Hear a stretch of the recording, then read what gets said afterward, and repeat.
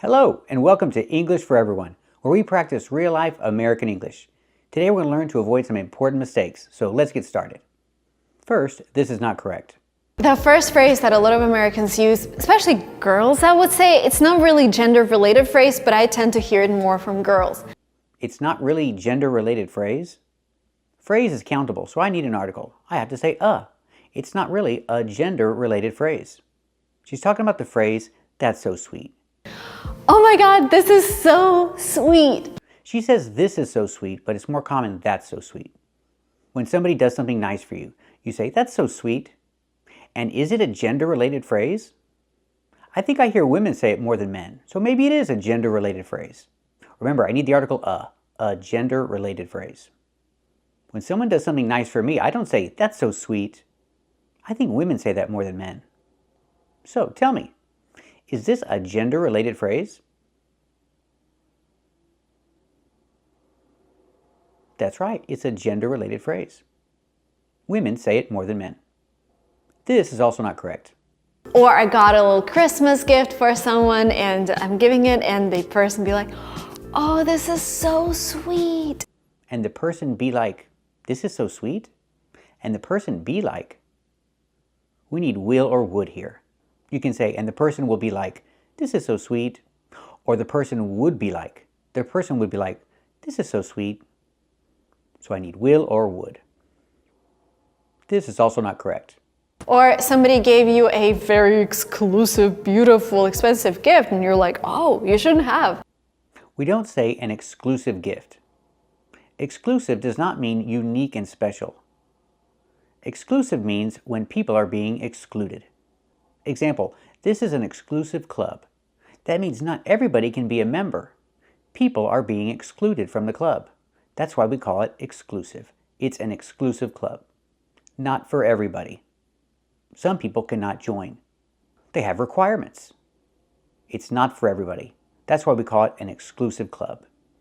But a gift, a present? We don't use this word for presents or gifts because it doesn't mean unique or special. If it's unique and special, say those words. Don't say exclusive. It means something different. Example, he got her a special gift, a unique gift, not an exclusive gift. We don't say that. Let's practice. Did he get her a special gift? That's right, he got her a special gift, a unique gift, but not exclusive. This is an exclusive club. Not everybody can be a member. Some people are excluded from joining the club. That's why we say exclusive. Let's practice. Is this an exclusive club? That's right, this is an exclusive club. And the opposite of exclusive is inclusive. This is an inclusive club. That means anybody can be a member. Nobody is excluded from joining. It's an inclusive club. That's the opposite. Anyone can join this club. Is it an inclusive club? That's right, it's an inclusive club. Anybody can be a member. Nobody is excluded. This is also not correct. There is a similar phrase, but it has a slightly different meaning. The phrase sounds like, "I owe you big time." That means, I owe you a lot. I cannot say this phrase sounds like, "I owe you big time." We cannot use sounds like here. It doesn't sound similar. It is the same thing. So we say is. This phrase is, "I owe you big time."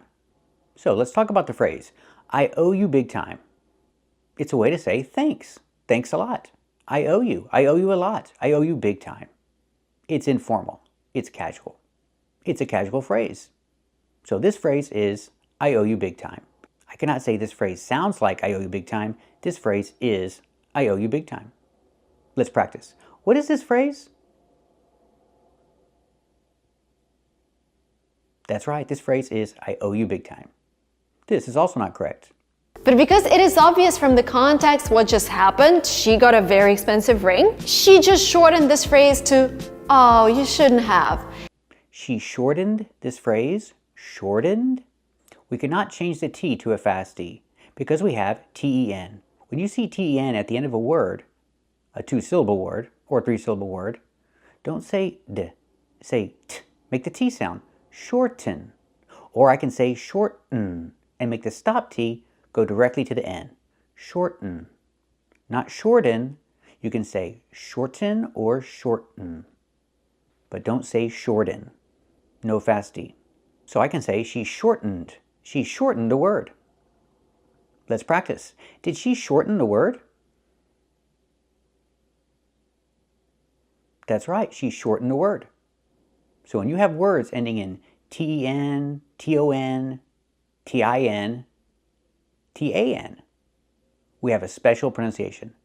And keep watching until the end to practice more. This is also not correct.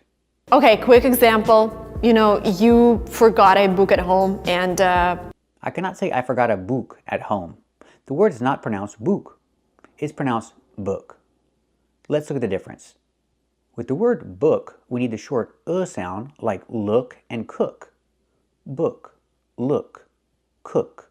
Make the sound And the other sound is oo, like food, moon, and soon. This has a longer sound. Oo, moon, food, soon. Let's practice. Say the words. Food, moon, soon. Very good. Now let's say these words. Book, look, cook. Very good. Example, she forgot her book at home. Let's practice. Did she forget her book at home? Is it correct to say that? Can I say she forgot her book at home? Or do I have to say she left her book at home? Both are correct. And keep watching for a complete explanation. This is also not correct. Hey guys, welcome to Lingua Marina, the channel where you improve your English weekly with my tips and phrases that we're learning together. And today, we're gonna talk about replacing thank you. And we're gonna learn about them right now. We're gonna talk about replacing thank you? And we're gonna learn about them right now? We cannot say we gonna. Gonna is a reduction of going to. So we need the verb are. We are going to. We are gonna. Make the contraction. We are together, we're. We're gonna. Not we gonna, but we're gonna. We need that R sound. It's very important. We're gonna. Example, we're gonna practice speaking English. We're gonna. Are we gonna practice speaking English? That's right. We're gonna practice speaking English.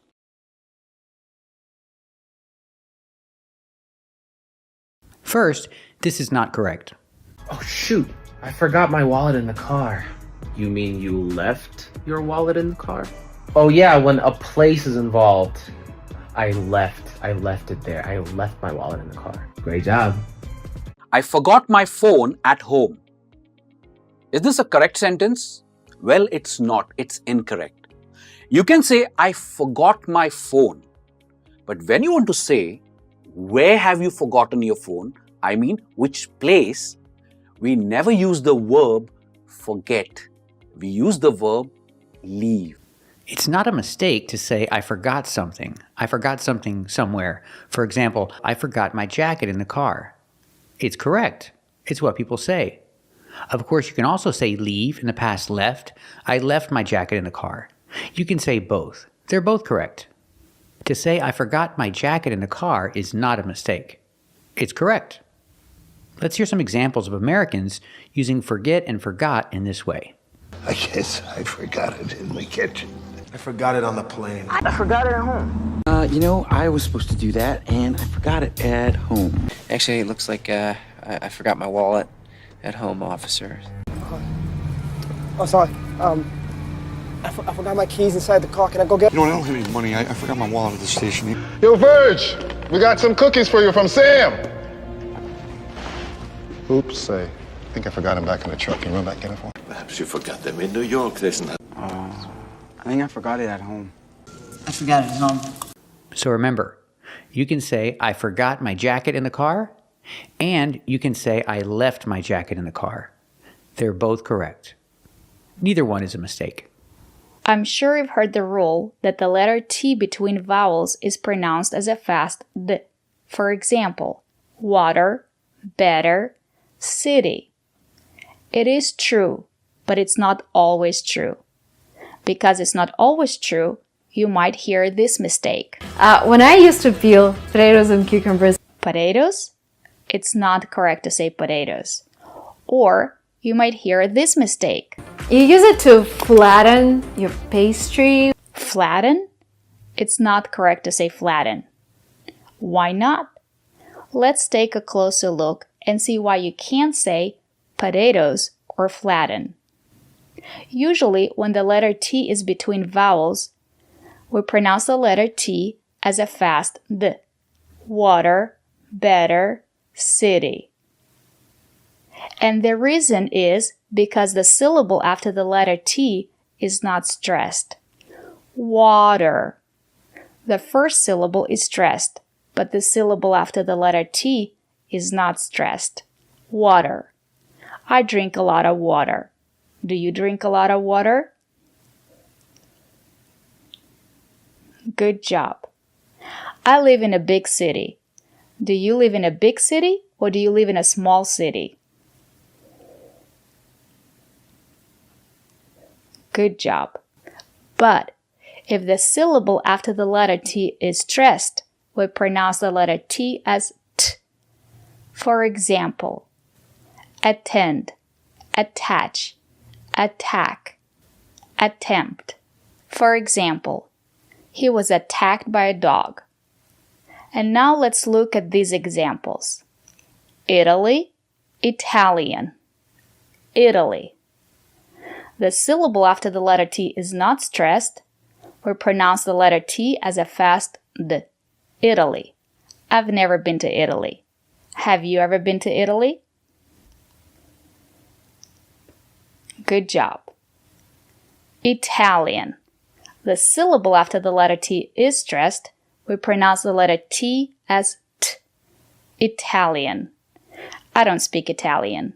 Do you speak Italian? Good job. And now let's look at this word. Potato. The first letter T is pronounced as T because the syllable after the letter T is stressed. Potato.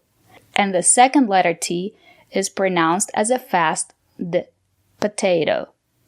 Because the syllable after the second letter T is not stressed. Potato. I love potatoes. Do you like potatoes?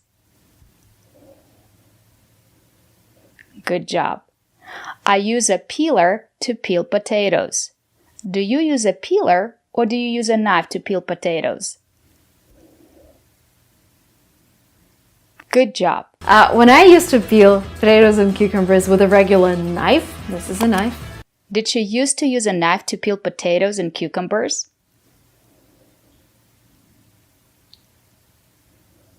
That's right. She used to use a knife to peel potatoes and cucumbers. Good job. And here's another word. Attitude. The first letter T is pronounced as a fast D because the syllable after the letter T is not stressed. Attitude. And the second letter T is pronounced as T. Attitude. It's important to have a good attitude. What do you think? That's right. It's important to have a good attitude. Good job. We can also apply this rule if we have a vowel, R, T, and a vowel. The syllable after the letter T is not stressed. We pronounce the letter T as a fast D. Party, 30, started, dirty. But if the syllable after the letter T is stressed, we pronounce the letter T as T. For example, determine, participate, articulate. So remember, if the syllable after the letter T is stressed, we pronounce it as T, articulate. And if the syllable is not stressed, we pronounce the letter T as a fast D, article. Articulate, article. Certify, certificate.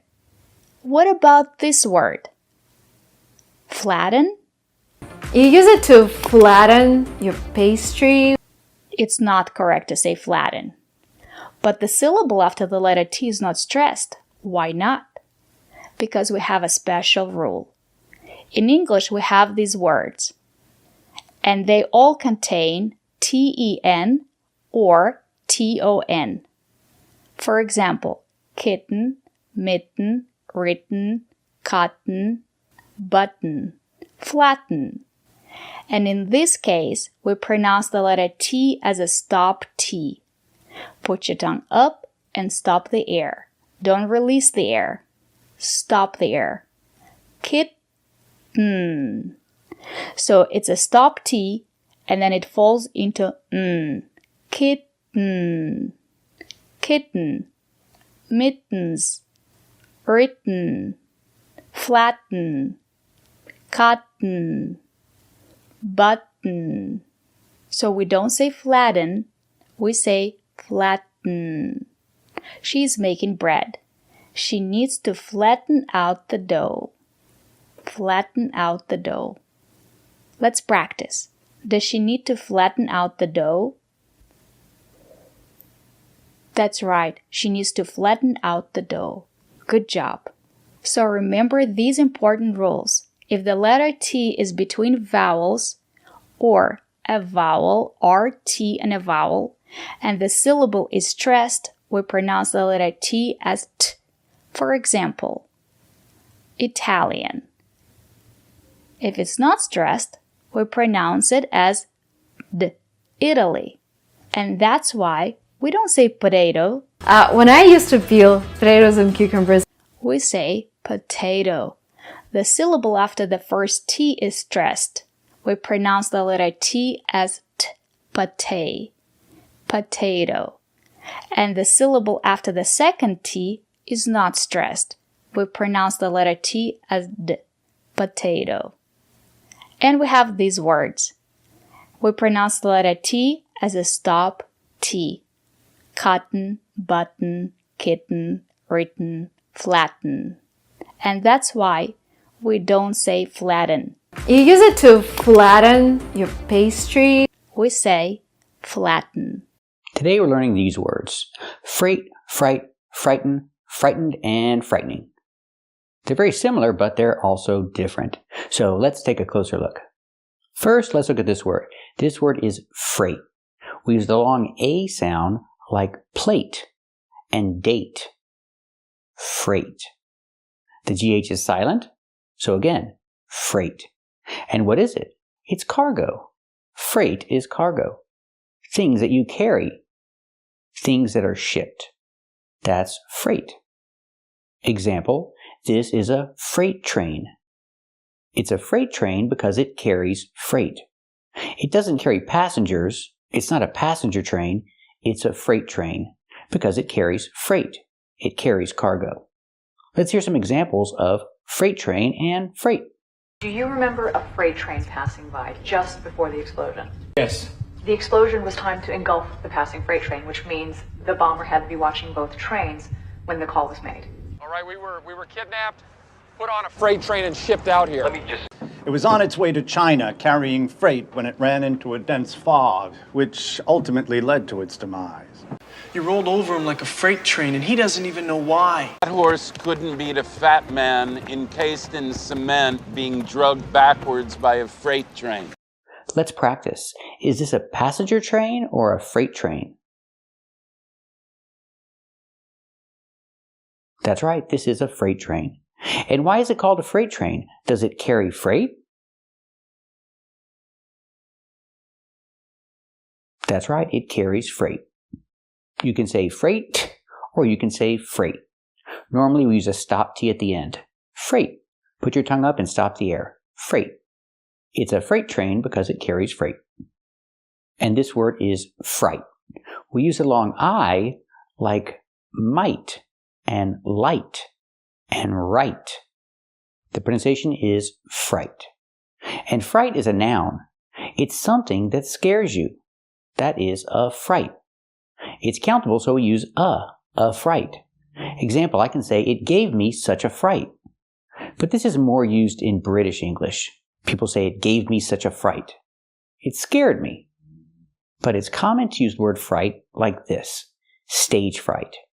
This is the most common use of fright in American English. Stage fright. It's when you're scared of doing something in front of other people.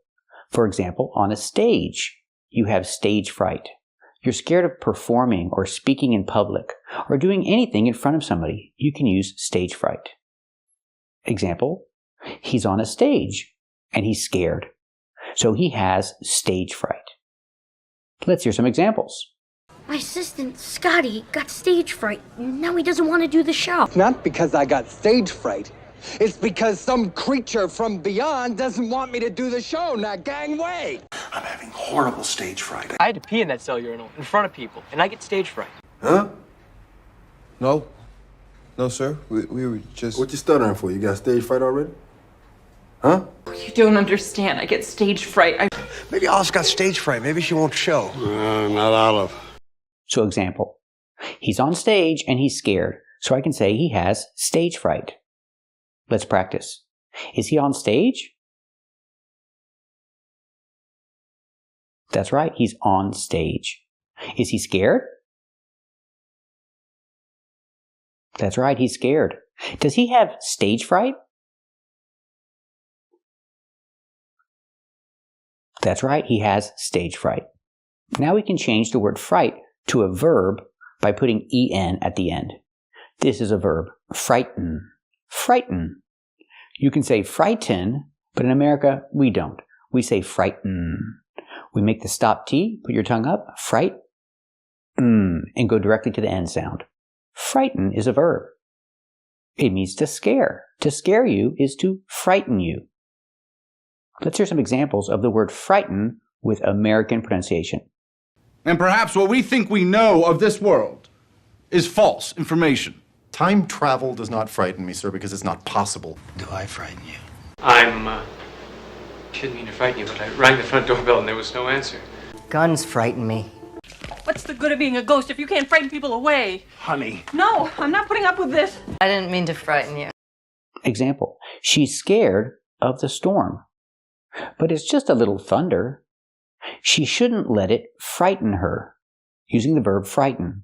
She shouldn't let it frighten her. It's just a little thunder. Let's practice. It's just a little thunder. Should she let it frighten her?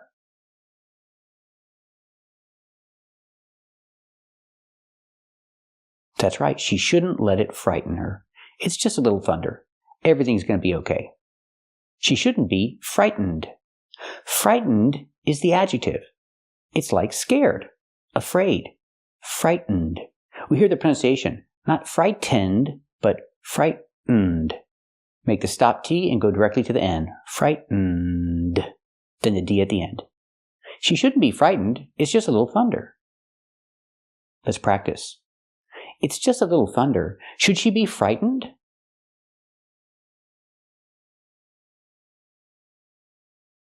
That's right. It's just a little thunder. She shouldn't be frightened. Everything's going to be okay. So frightened is the adjective. It's the description. When you feel the emotion. It's like scared. Very scared. She is frightened. Or in the past, I can say she was frightened. Let's hear some examples of the word frightened with American pronunciation. I knew he was frightened, but this is crazy. You see, as a youngster, I was frightened of the dark, and I used to wake up sobbing in it as if it was water, and I was drowning in it. Suddenly, something happened. I was frightened. She had so much courage to be so strong when she was frightened, to demand her own way. She was frightened, the ears started to charge her, and then... I was frightened to come, but I never thought this would happen. Example, she was very scared, so I can say she was frightened to death. She was frightened to death. That means she was really, really scared. She was frightened to death because of the storm. Let's practice. Was she frightened to death? That's right, she was frightened to death. And why was she frightened to death? Was she frightened to death because of the storm?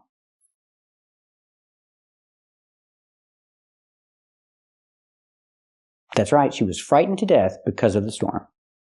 Now let's talk about this word. This word is frightening. Again, we don't say frightening, we say frightening in American pronunciation. Do the stop T, fright, go directly to the N. Frightening, plus the ing sound. Frightening is an adjective describing something that's scary, something that scares you, something that frightens you. That is something frightening. Let's hear some examples of the adjective frightening. Something frightening and evil, and I think it will affect all our lives. That was a frightening woman. Are you in one of your moods today, baby? You wouldn't think it would be so frightening. It's strange that we find it so frightening. I know I should have, but the whole thing was so frightening, I didn't. Because it was a way of expressing something that was frightening to them. It was frightening. Well, I did, but it was frightening. Example, she thought the storm was frightening. The idea, she thought the storm was very scary. She thought the storm was frightening. She was frightened to death because of the storm. Let's practice. Did she think the storm was frightening?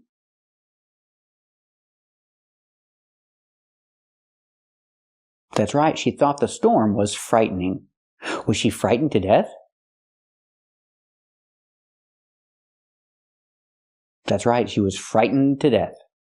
So we see the word freight has the long A sound, like plate and date, freight. And we have fright that has the long I sound, like might and night, fright. But now let's look at these words. Frighten, frightened, and frightening. They all have the difficult pronunciation of frighten, doing the stop T plus the N. Frighten, frightened, and frightening. Keep watching to practice more with this difficult pronunciation and to find out when we use it. Now let's practice with another sound. When you have T-E-N, T-O-N, or T-A-I-N at the end of the word, and the syllable is not stressed, the T makes a different sound. We have to make a stop T and link it to the N. Example, kitten. You can say kitten, but most people say kitten. You do the stop T, kit. You don't release, and then you fall to an N, kit. When you make the stop T, the tongue is up, almost in the N position, so you don't have to change much. Kit, kitten. But don't say kitten. I cannot pronounce these T's as a fast D. I cannot say kitten. It's kitten, or more commonly, kitten. No, I want a kitten. Well, get a kitten. I do notice you have a kitten hidden in your purse. Were you hiding? I feel weak as a kitten. Other examples. These are mittens. Mittens, more commonly, mittens. Mittens. They're not gloves because they don't have fingers. They're called mittens. I think I asked my mom for a pretty pair of mittens, and she made them for me with all the... Earned her living by knitting rabbit wool mittens and muffatees. There's a nice scarf and some mittens in here. Did you already lose the mittens that I got you? Other example, written. Written. So you can say written or written. Written is more common. Just don't say written. It's written. Let's look at some examples that end with T-O-N. Example, cotton. Cotton. But did you know how happy I was to escape from Charleston?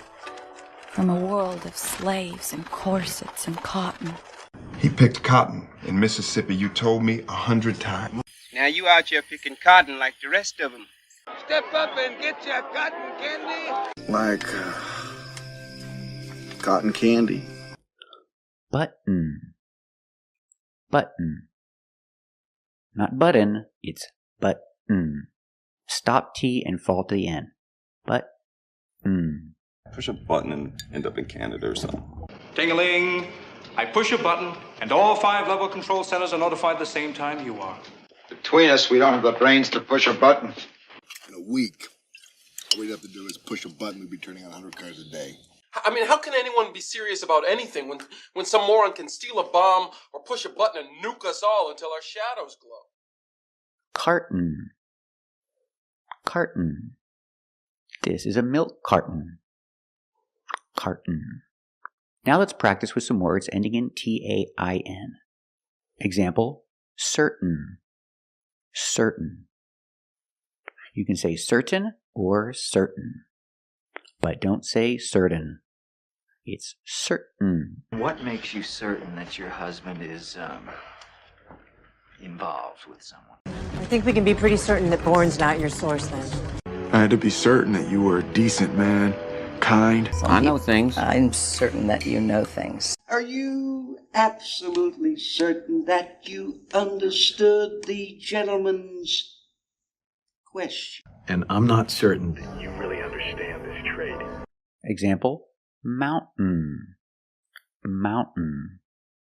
You can say mountain or mountain.